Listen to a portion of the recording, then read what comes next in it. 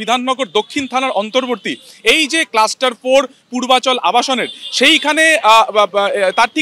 ঠিক সামনের যে রাস্তা এখানে কিন্তু চারজন কোথাও একটা গ্যাদারিং করে রয়েছে এই ইনফরমেশন এআরএস এর কাছে যায় এবং ঠিক এরপরই যেটা দেখা যায় যে পুলিশের তরফে অভিযান চালানো হয় এবং পুলিশ সেই সময় দুজনকে ধরে নিলেও বাকি দুজন কিন্তু পালিয়ে যায়। একজন ঠিক এই রাস্তা থেকে সল্টলেকের দিকে চলে যায়, তার এখনো পর্যন্ত হদিশ পাওয়া যায়নি, কিন্তু আরও একজন যে ছিল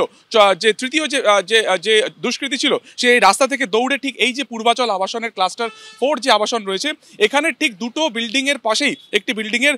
কার্নিশের ওপর উঠে যায় এবং যেটা জানা যাচ্ছে যে সে একেবারে ছাদের উপরে আত্মগোপন করেছিল। পরবর্তীকালে পুলিশের তাড়া খেয়ে সে কার্নিশ থেকে নেমে পালিয়ে ঠিক এই রাস্তা থেকে আরও একটু সামনের দিকে আইপিএস কোয়ার্টারের দিকে যখন পালিয়ে যায় সেই সময় বেঙ্গল টেনিস একাডেমির সামনে থেকে এই তৃতীয় অভিযুক্তকে কিন্তু ধরা হয়। অর্থাৎ 4 জন অভিযুক্তের মধ্যে 3 জনকে ধরা হলেও আরও একজন সে সল্টলেকের দিকে পালিয়ে যায়,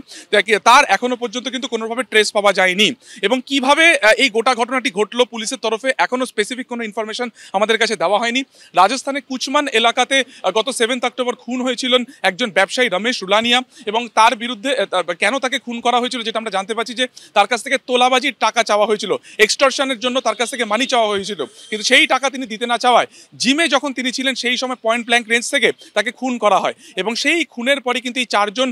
ভাড়াটে খুনি বা মোস্ট ওয়ান্টেডের নাম উঠে আসে যারা গুজরাটের বাসিন্দা বলে জানা যায় এবং তারা পরবর্তীকালে সেখান থেকে পালিয়ে যায় বা ফ্লেড আউট করে যায়। পরবর্তী সময় রাজস্থান পুলিশের তরফে এই 4 জনের মাথার উপরে 25,000 করে 1 লাখ টাকার ইনাম রাখা হয়েছিল এবং তারপরে গোটা রাজস্থান বিভিন্ন জায়গাতে